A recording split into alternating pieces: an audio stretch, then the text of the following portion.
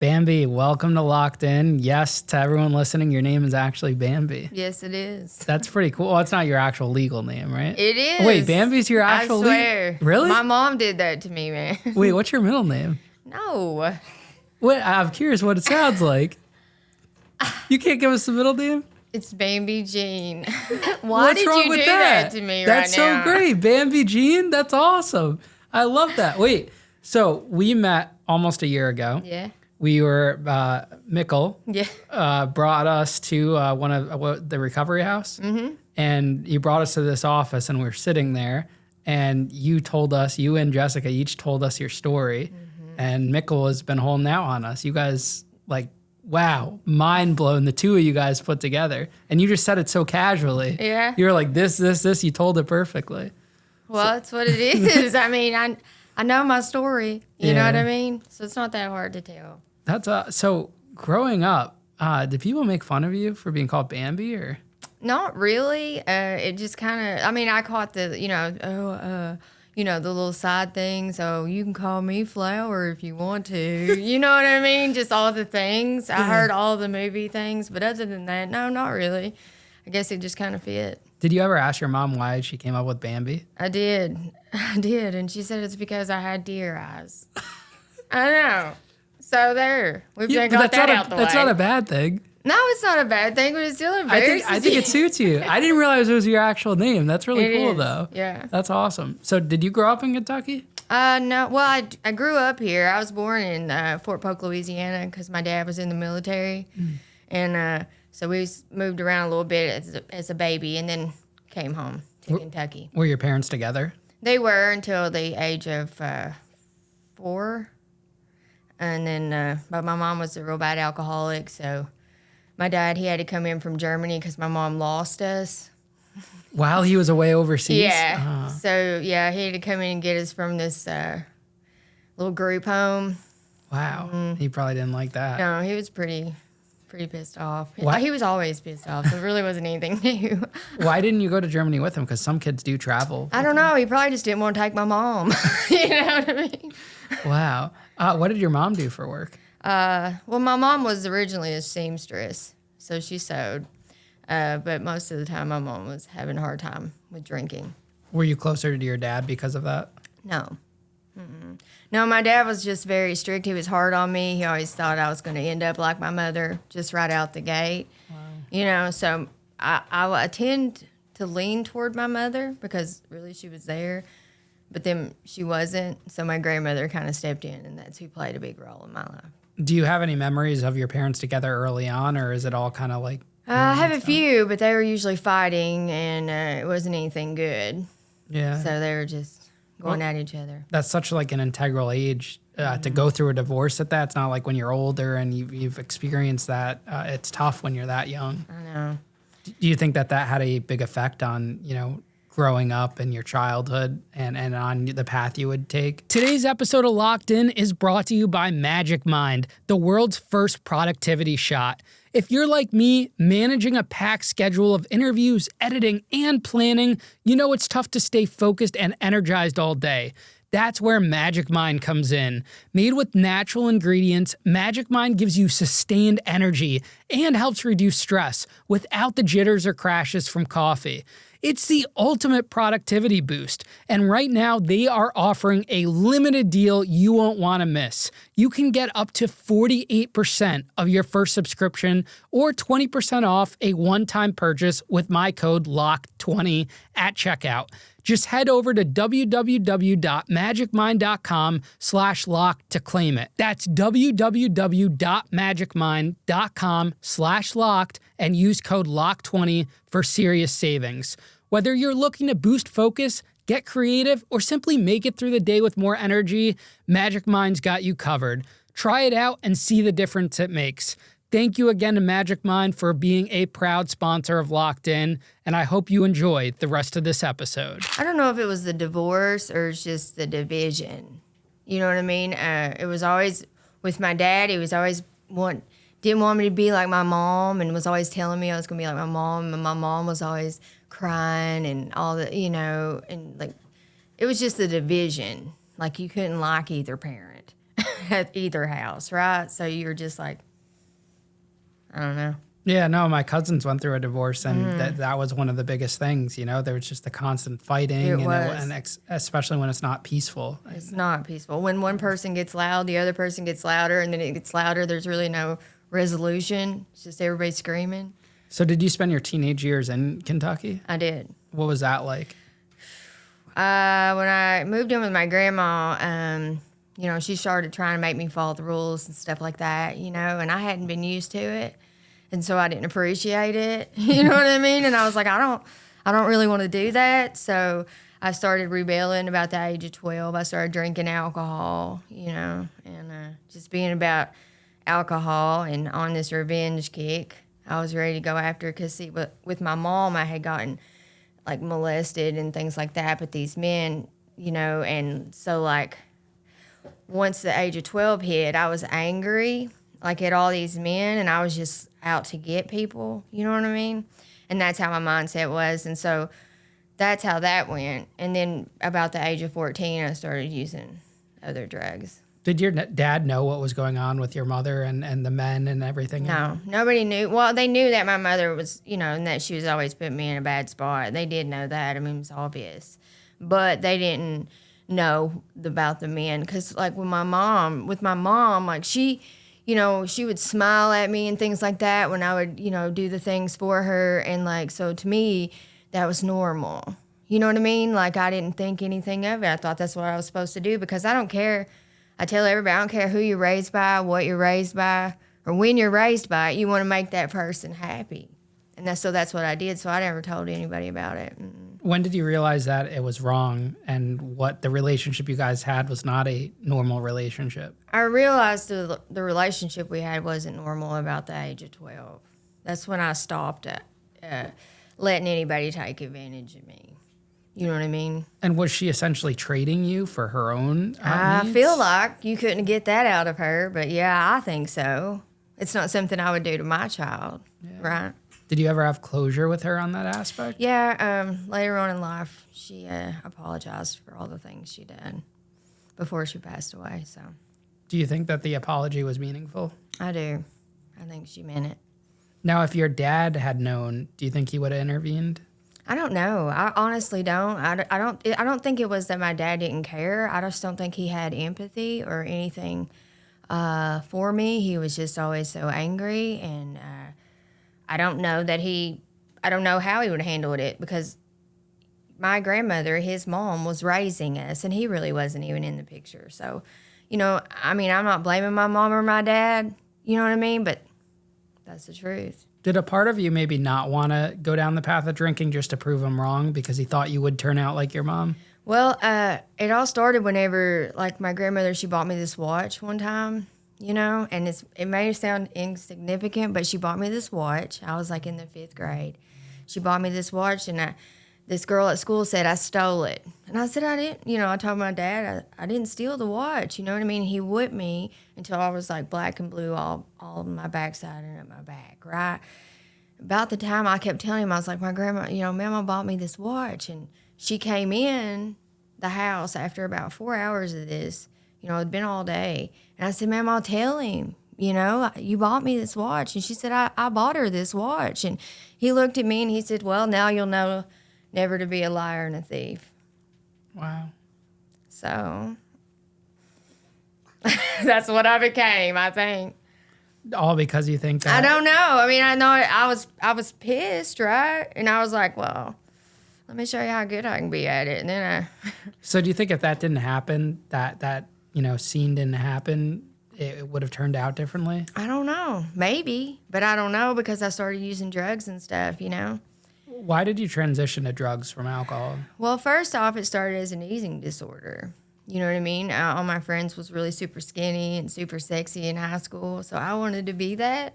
You know what I mean? And I'm only 5 foot tall, so it's hard to lose weight. You know what I mean? So I started being bulimic, and that wasn't working fast enough. Then one of my friends looked at me, and she said, Bambi, you want to try some cocaine? And I was like, Yes, I do. In high school, just casually. Yes. Wow. This was normal back then? Wow. Yeah. And what year was this stuff? I was 14, so it was 1994. So in the 90s. Wow. And it was just very common to get access to that. Yeah, I mean, you get some real good friends, you know. Wow. So this is when freshman, sophomore year? Did you get picked on a lot because of your height? No, I got along with everybody. You know what I mean? I know later on in like when I went to jails and stuff, people try to fight me because I was so short, you know. But I would just take off my shirt, you know, so they couldn't grab a hold of me. I swear. I've never heard that before. I swear. They would grab a hold of my clothes and stuff because I was so short, you know. And I was like, you're about to have to hold my skin, baby. You know what I mean? That is funny. So in high school, you have an eating disorder, a drug problem, and an alcohol problem. Do you end up finishing high school? No. My senior year, see somebody else, because I didn't do coke very long. I started doing methamphetamine. And it was very strong meth. It's like when they made real meth, you know. And my senior year of high school, I had been doing it back to back to back, like the cocaine, and I ended up ODing my senior year. I was in 4th block, and I woke up, and they said, baby, do you know where you are? And I was like, yeah, I'm in 4th block. And they was like, no, you're at Marymount Emergency Room. And I was like, oh, shit, you know? Wow. Do you remember what exactly happened? Yeah. Were you with others? What? I just remember asking them where my mama was, and they said I was trying. You know, they said she was out in the hall, and I was trying to convince them to keep her there because I didn't want to do that. You know, and they brought her in, and you know, she looked at me like the looks we get when our people are disappointed. How did she react to that? She just instantly kicked it in gear. My mama was always trying to save me. You know, she always believed in me. Always. You know, she just knew I was going to do something amazing with my life, and she just instantly forgave me. And, you know, of course, for me, that wasn't a good thing for me. It was me just registering success, and that mama was always going to get me out of this, right? Why do you think that wasn't enough for you? Like her love and support wasn't enough? I don't know. You would think that would be the case, but I think at the time I had an addiction, right? But I didn't know that. I didn't know I had a disease. I didn't know any of these things was even a thing. So did that overdose prevent you from graduating? Yes. Why was that? Because one, my grandmother was super humiliated, and I guess it was just she wanted me to go somewhere else. So I went to Job Corps and got a GED. Her solution was pull you out of high school to go to Job Corps? I did that, and then I came back and was off to the races. I was 18 by that point and got in trouble. And, you know, that was different. That was just like a whole thing, you know. You just go down there and get your GED and come back. Now, And just continued to get in trouble. Did you have, like, dreams and goals when you were in high school? Did you have, like, a plan at all? Yeah, I did a lot of theater, and I also played a lot of sports. You were a theater kid, too? I was a theater kid, too. I loved it, you know. That's awesome. I loved it. That was a good way to express myself. I really enjoyed it.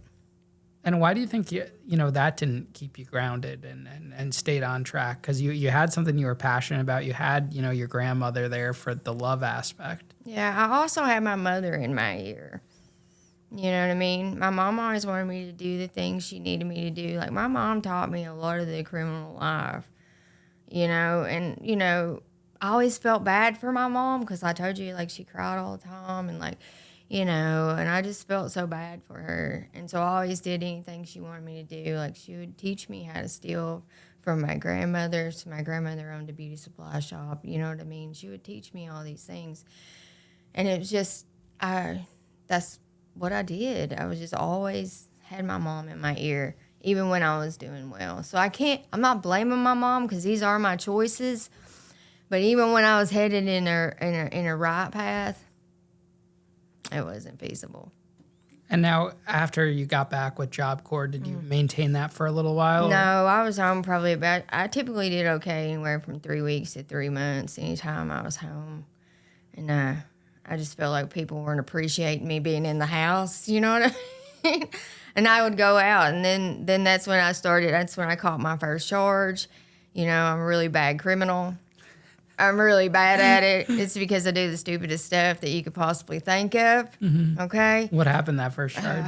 Well, I grew up in this house right here, right? And then right over here is this gas station. You robbed the gas station? Yeah. Yeah. Did you I go walked in the gas station and I told him, I was like, I want everything you got. You know what I mean? And I told him, I said, I got guns in my pockets. And the only problem was I didn't have any guns in. I had my fingers waving them around in the air. They had me on camera backing up out of the gas station going, poo, poo, you know? So did they give you anything? No, they didn't give me anything. And then I ran all the way to my getaway house next door, right? Did the gas station know who you were? Of course they did. Okay, it's where so- I grew up. You know what I mean? What happens next? You run next door? I ran next door to my getaway house, right? And I had just convinced my mama that I was not on drugs. You know what I mean? I was all twisted up. And the state police kicked open my front door, hogtied me, and drugged me out. Criminal conspiracy to commit robbery in the second, my very first charge. The state police, not even the city, nothing. They The just state police. Holy cow! Strong They dragged armed you out of there. robbery. Huh? How many officers did? I don't even know. It was a lot, though. They were mad, dude. What's your grandma doing? When She was just like, you know, she was like, what is happening right now? Because that was the first time I ever got in trouble. Yeah, so they haul you off to jail. Yeah. Do you get bond or do you? Yeah, stay my there? grandmother, she stepped right in, you know.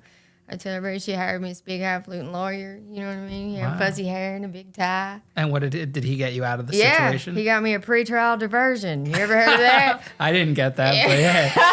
I was like, what? I didn't hear anything. They just said I got to leave jail. Yeah. You know what I mean? So it was good for me. But that wasn't good enough. Nope. I got out. What happens next? Well, I did all right about 3 months. And my grandmother, she looked at me and she said, Bambi, she said, I think you have anxiety.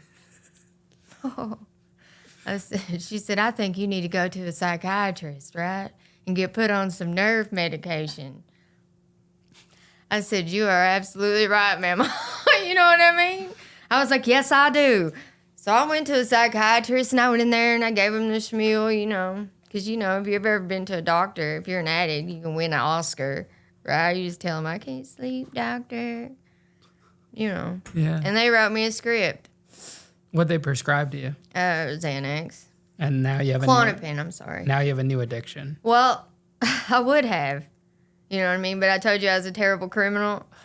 You remember? Yeah. What happens now? They wrote me a script, but they didn't put a refill on it. So they just gave you a one and done. Yeah, and well, no, I circled a 3. I know, You but I forged the circled script? it. Listen, I circled it in the wrong color ink. You couldn't even match the swear to ink on the God, sheet? I know. That's what I'm saying. Look, if I ever decide to go get high again, don't go with me, man. So you do that, but you think it's going to work. Oh, so, yeah, So, 'cause what, I'm- yeah. I So what took- happens? I took it into the pharmacy, you know, and they filled it for me. I thought I'd won the day. You understand? I thought I had, oh man, I was so excited. And I walked out the gas station and there stood my little mama, surrounded by the state police. Oh, man. Yeah. And they take you and haul you off again. And what are you, like 20? Or Yep. You're 20 years old. Well, probably about 19. They love sending the state police after you. I know, right? I'm like, my God. So now you're back in jail. Yeah, well, I go to prison because that pretrial diversion just was. Oh, so they They went explode ahead. that. It took me a little bit to get over, but I went on it to prison. And how much time did they sentence you to? It was 2 years. 2 years in Kentucky State Prison as a female. What's that like? I mean, it really wasn't that bad for me. There was like a lot of drama between, you know, girls because the girl on girl thing, you know what I mean? You walk in there, if you look any type of way, they're like, oh my God, you're going to take my woman. You know, it's stupid stuff. But there's a lot of rape. There is that. I wasn't involved in none of that. And how did they treat you when you walked in? I didn't And do you look like how you look now, like with the No, tattoos no. and the, okay, so No, you're I had really long brown hair, you know what I mean? I did not look like this. okay. Was the height thing a factor? You were mentioning that earlier about being small in prison. Yeah, well, that started happening when I went to jail. Like, people would just try me. And, two, I had a really bad temper. You know what I mean? I don't know. I think it was just from arguing all my life and people just trying me. And so I just fought all the time. So someone comes up to you, why are they trying to start a fight with you? Most of the time it was over their girlfriend or something. Were you actually trying to steal their girl? No, I mean, I might have. I don't know. So they come up to you, accuse you of this, and then what do you just swing on I'm like, them? well, you know, I mean, they typically, you know, they'll push you first or something, but then you fight them. Yeah. Now, the guards in Kentucky women's prisons, how are they towards the women? Is it just as bad Well, as I had one everywhere else? guard try to date me once, you know what I mean? And how'd that But go? no, it didn't work because it was gross. I'm not doing that. And he proposed it No, to you? she. Oh, so it was a female Yeah, guard she came up was- to you. And what does she say to you to, like, initiate it? She was just all the time. You know how you can tell if somebody's like flirting with you or whatever. Yeah. So what I did you just got say? like stuff from her. You know what I mean? I was like, yeah. So you acted on the information? Yeah, but I didn't do anything. Why not? I'm incarcerated, you know? Okay. Were you actually attracted to her? No. Oh, okay. So you were playing the system. Yeah. And was this common for other female guards to hit on other female inmates? There was female guards, male guards, whatever. But that wasn't like my thing. That was just you just asking me that question. I didn't really go after that because it was frowned upon. You know what I mean? You don't want to mess with the guards, right? Were you one of the younger inmates Mm-hmm. that time you did the 2 years? Is it hard, like in a men's prison, age is a factor? Is it like that in a woman's prison? Well, I noticed a lot of the older women, they would try to like tell me, I'm going to end up here, and they were trying to school me. Because in women's prisons, I feel like everybody's just like, they kind of mother you. Like there's a lot of that. Everybody just sisters up, and they just get along for the most part, unless there's a few people, but they just try to mother you and try and tell you you're going to end up here and all this stuff, and you're like, whatever. Do you kind of find it ironic that they're trying to mother you, but meanwhile they probably have kids at home that they're unable to mother? Mm-hmm. What are some of like the interesting cases you've found there that some of these women have? What do you mean? Like, I don't know, like crazy cases. Maybe they were like... Well, there was like this lady, she was in there. Her name was Faye Foster. Have you ever heard her? She had killed somebody and ran over them, backed over them, like really killed them, like a lot, right? And she was there, and I don't know. I didn't think she looked like much, but they acted like she was this big deal, and I was like, okay. She looked really old to me. Wait, this was in Kentucky. Mm-hmm. I kind of feel like, what year was that? 2000, I want to say. 2000, And 2002. How much time did she get? A lot of time. A lot of time. I feel like I had another female on the show that was in Louisiana that might have brought Well, her this up. was at Pee Wee Valley in Kentucky, so I don't know. She was there. And then there was the Susie Baker, where she had kidnapped the kid from school. Mm. But I didn't really ever see them. They kept them in a different yard. And were you guys in like dormitories? Mm-hmm. Okay. And so after those 2 years, do you do the full 2 years? Yeah, well, I got out on good time. Okay. And I got out, of course, they gave me my phone back, and I didn't even, it's like it didn't even matter. Everybody was pissed off at me, so I had to go get some other means, you know what I mean? I had to get some sugar daddies and some sugar mamas, Out on the street? Yeah. You had both. You were working with both. Yeah. That's yeah. funny. I told everybody I'd slept with a squirrel if it had dope. You know what I mean? Who cares, man? If you live in that life, that's how you live. You just tell people, you're like, I love you. So what do you think about that now, those actions that you did back then? Some of it I'm all right with, some of it I'm not. I mean, I hate that I had to be that person, but I had to be that person in order to become who I am today. So Now, do you think that mentality came from the way your mom treated you when you were a kid? maybe. Like realizing that you needed an actual figure, like a male or a female, to help get what you wanted? Maybe. Did you ever think about that? No. I just thought that I was just doing what I needed to do. So these people where would you meet them? Like to get like a sugar daddy or a sugar mommy? How do you find these? Oh Do you my go on, God, like, a it's so website, easy. or- There's like these old men, man.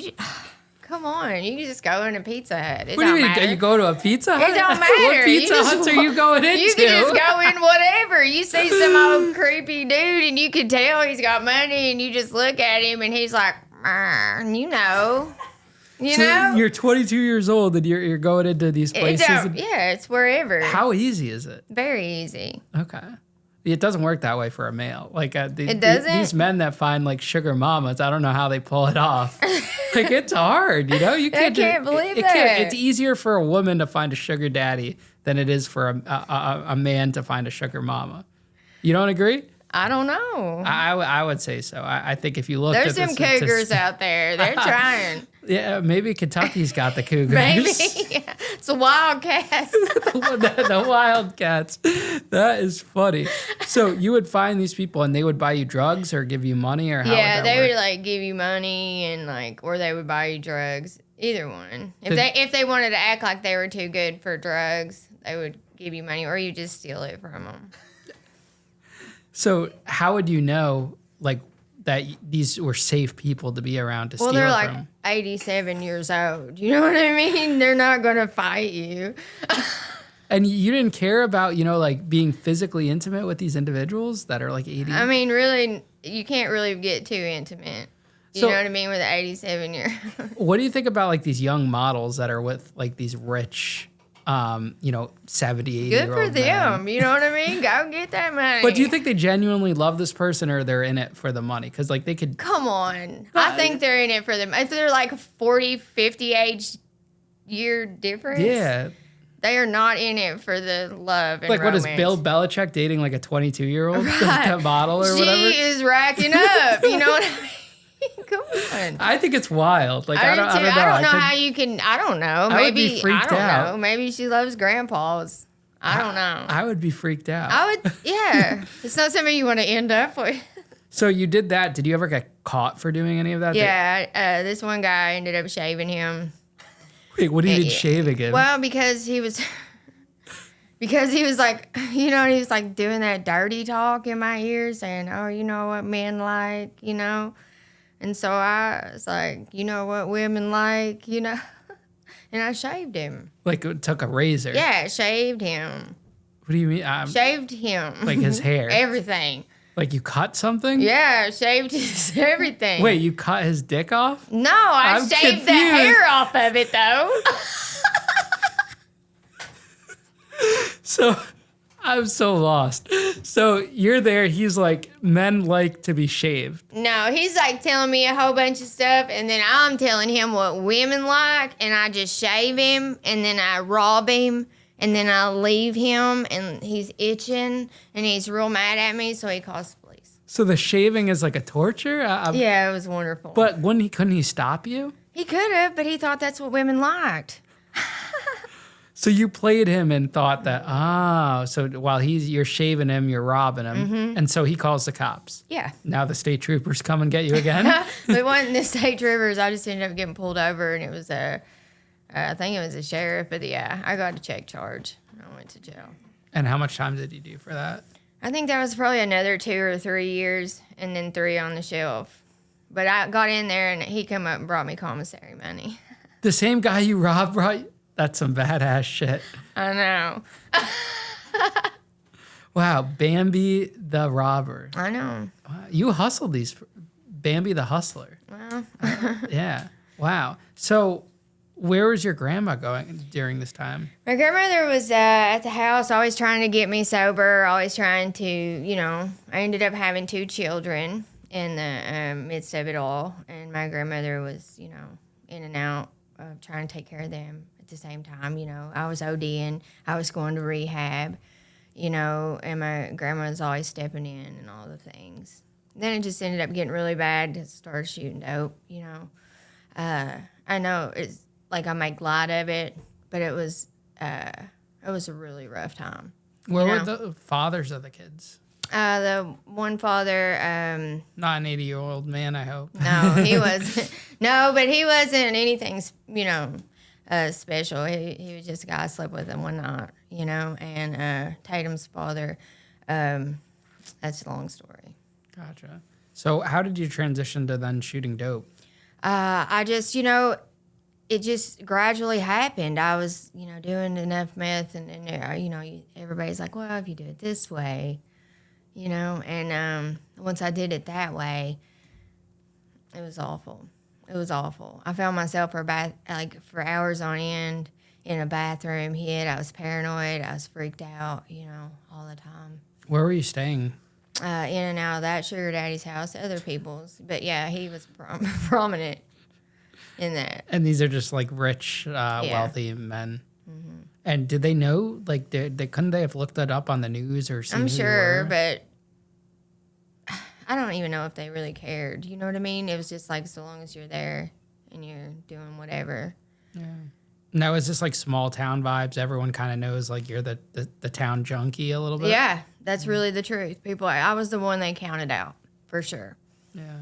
Well, they were wrong. Yeah, they were. Maybe not back then, but yeah. they're wrong now. They're wrong now, yeah. So after you got booked in on this 2-year charge, what then happens and how old are you about? That was probably about mid-20s because I had Peyton at the time, and then I'd gotten out. I had Tatum when I was 33. So, I mean, it's just been like that. I don't even hardly remember my 20s at all. You know what I mean? And, that was how was annex phase. That was, I'll just be real with you. It was just a mess. And I was in and out of everything.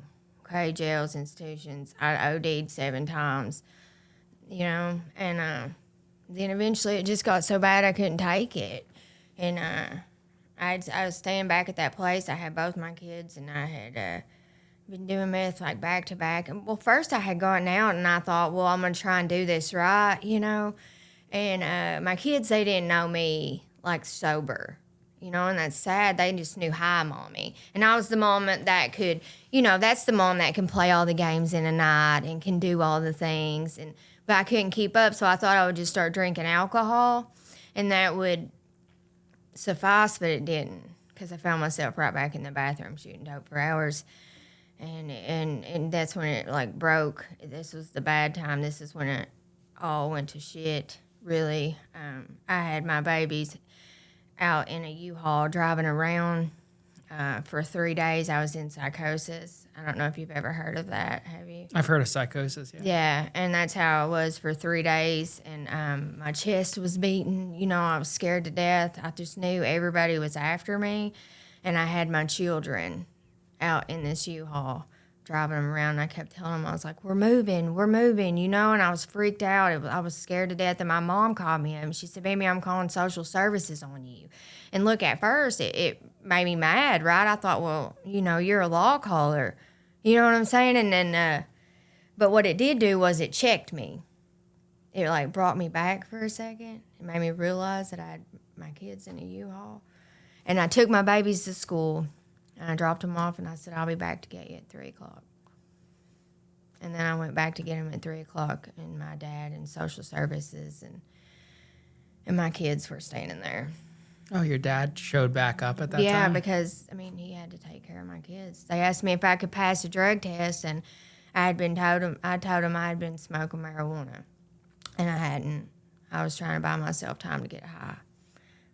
Ain't that sad, what this disease does to us? My daughter looked at me and she said, Mommy, you've never looked at us this way before. She said, what's wrong? And I knew what was wrong. I was defeated. Like I had lied to my children yet again and promised them the world, And so I went as hard as I possibly could for 3 weeks. As hard as I possibly could. Did you ever have that conversation with your kids about that time period? Mm-hmm. Now, like, have you explained what was actually going on? Yeah, I'm very transparent with my kids. They hear my story. They hear my lead. My kids are actually pretty proud of me. My daughter loves it when I mention her. I don't know. She's a side, but yeah, I have talked to them a lot about it. And I ask them, if there's things that I could have done or if I could do now. Like my son, he was mostly there. My daughter, she's mostly seen me. Like, I'm sure she remembers some stuff, but she was like 4 when I got sober, so. Are you ever worried that those genes could kind of get Oh, passed my down? God. Am I ever? I think about it every day. I don't care if my daughter blinks 3 times. I'm like, oh, my God, that's an ism. She's going to prison. I do. You look at them and you just wish it so bad that they don't go through that. Yeah. I don't want her to go through that. She's hard. It's hard to raise you. What do they think about the prison aspect of your life? Do they ask you questions at all? Are they interested in that? Not really. I think because, well, my son, he kind of saw it, that side of it, the visitings and all the things. Tatum, she don't really ask. She's scared to death of it. Like, she don't, like, she does things, and we have to threaten her with prison. Well, there is this huge fascination with women's prison. Like, a lot of, like, the viral clips on this show are about, like, how women's prison smells and just, like, the unique things that women do, like how they create like dildos in oh prison. My God, that's a real thing. Yeah, like how would they do it at the prisons you were in? I don't know. I didn't ever come across one, but I had heard about it a lot. I hadn't run across one, but they do. Yeah, I mean, people are just like they really use pads for everything. It's ridiculous. Yeah, like suction out the toilet with their butts just to talk in a toilet. Why would they do that? Just to talk in it to somebody over here somewhere. I know. And then like there's different hustles. Like I know like back in the day you could like send panties home and stuff like that. Oh yeah, there's all kinds of websites. So there's some sugar daddy sites. Yes, sir. For prison inmates? Mm-hmm. There's so many people intrigued by prison females. Are you kidding me? They're like, oh, she's bad. Yeah. You don't know, buddy. What if she gets out next to you? What did they have you guys wearing? Was it like jumpsuits or? For me, it was khakis. Okay, just like Browns. 2 pieces or just like one? Okay. We had like in a couple of the jails I were in, there was like the full orange jumpsuit, which was awful. And are other women like altering the clothing so they can kind of feel like they're not in prison at all? Yeah, some of them, but they wouldn't really let you. If they saw it, they'd make you take it off. And the shoes are just like the slip-on Vans? Well, yeah, you can buy tennis shoes in prison, but if you go to jail, you're lucky to get 2 Crocs the same size. Yeah, what's the difference between a woman's jail and a woman's prison in Kentucky? Well, the women's jail, you're just all sitting in a room. It sucks. It's terrible. It's not great in prison, but at least you have space. And with women, you need space. In jails, it's just bickering back and forth. It's just a lot. People are waiting on that next one to come in the door, the drug to be pocketed in, or something like that. So what goes on in like men's prisons? Do women really do the same thing? Like with smuggling and drugs, getting contraband? Yeah, women, they have their own purse. I guess it's a little bit easier, right? Yeah. It is easier. They got 2 options. Yeah. Men have 1. Yeah, women have 2. They have other options, yeah. And were you guys able to get visits and all of that? Like individual visits? I was able to get visits. I didn't get many visits when I was at Pee Wee Valley because my grandmother, one, was very old, and my mom, she didn't drive, so. Did your kids come visit you at all? When my grandmother came, she would bring them. How did you feel about them seeing you in the prison? Oh, it's heartbreaking. It's heartbreaking. I can remember I was telling Megan the other day about my son. He had made it up to the jail to see me when his father had him, and he hadn't been there in a while, and he came to the screen, and he stuck his hand up there, and he said, "I made it, Mom." He said, "I'm so brave." And it just broke my heart because, kids shouldn't have to be brave, right? Yeah. And he should, so I remember that. But I'm so glad that God got me sober, man. Do you think your kids have memories from you with him? I'm sure of it. I'm sure they do, but they don't talk about it. Do you ever want to talk to them about it? If I ask them, you know what I mean? But I feel like I've been sober for almost 6 years now, on the 28th of September. So, I think they're just enjoying the sober mom. They're not really living in that. So kids are so resilient, Yeah. So that road to getting sober, what was it that, eventually brought you there? I had a praying grandmother, And when I overdosed, remember I told you I was going really hard for 3 weeks. I had overdosed, and when I woke up in the hospital, I had tubes coming out me, and I looked the worst I'd ever looked in my life. Okay, I'd lost a lot of my memory, a whole lot. I knew I had children, but I did not know my babies' names. And that was really heartbreaking. But at the same time, I felt brand new. I did. I felt like I could rule the world. I felt so different. I felt so amazing. And almost a year to the date of that overdose, my grandmother had passed. the one that prayed for me all the time. And what I believe happened is I believe my grandmother was sitting at the right hand of God. And I believe she looked at him and said, take it from her, right? Allow her to see her worth. Allow her to believe in herself. Because like I said, I'm laying in that hospital bed looking the worst I've ever looked in my life. And I'm ready to live. You hear me? And do you think that's what made the difference between that overdose and the other overdoses? I do, because I woke up so different, Ian. I can't describe it.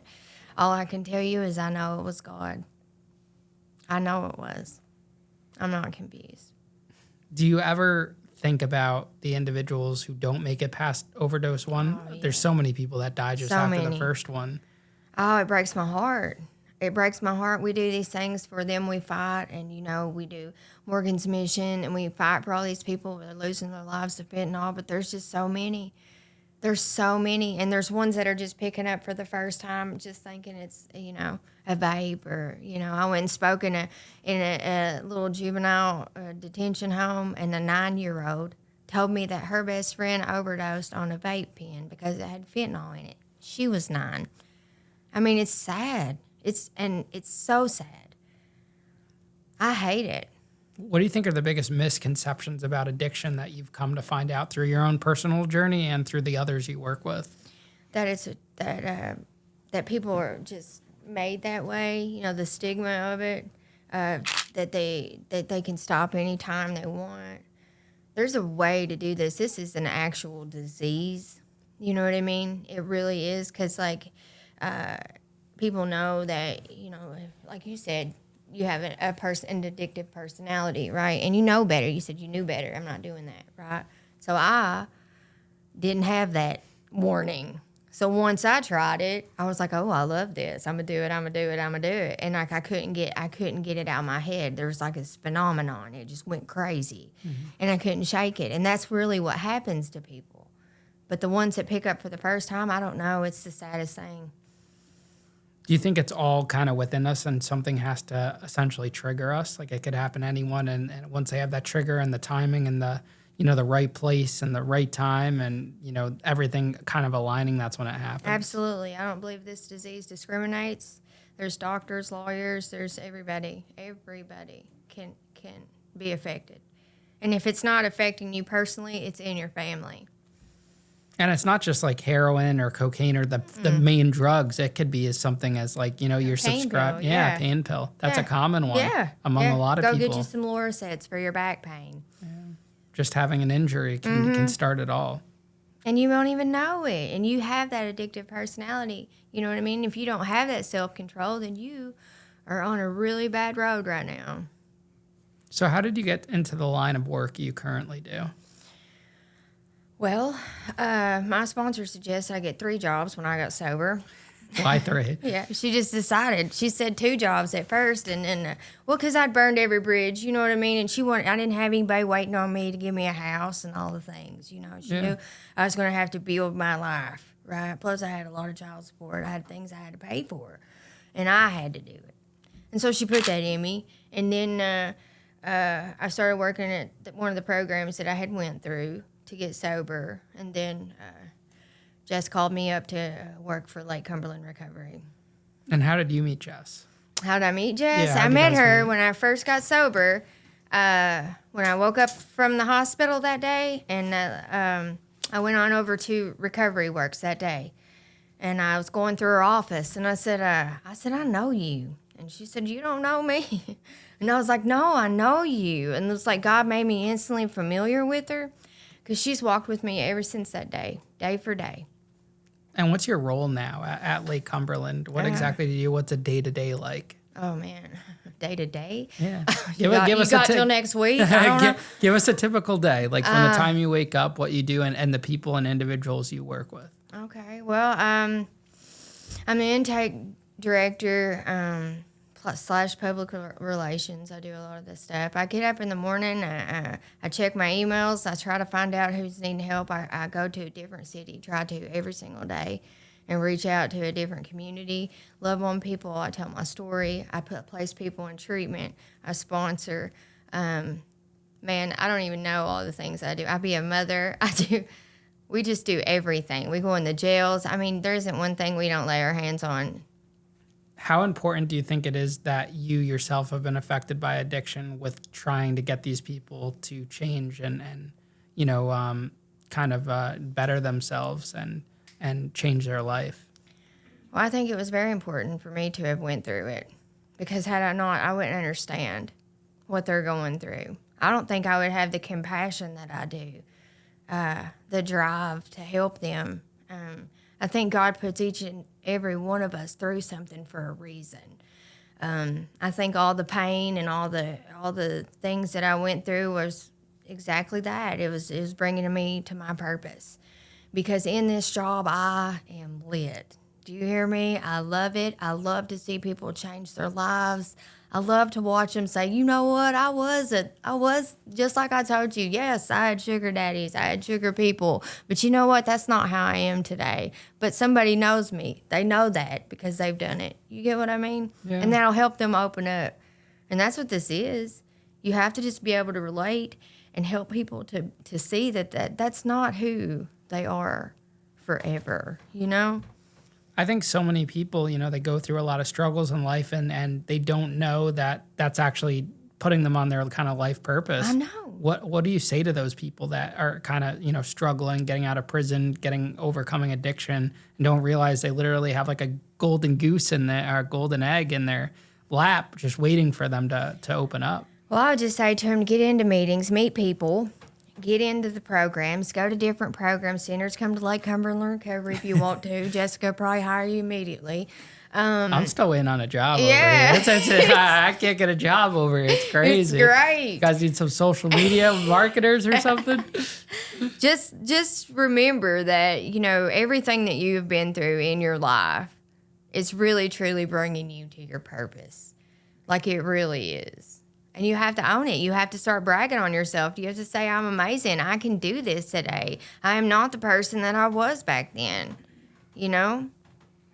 That first time you got up and you talked about, all of the crazy things you've done, like you're doing very comfortably today. Most people can't do that. Like it took me a while to be able to do that. And when I did that, that's when my life changed.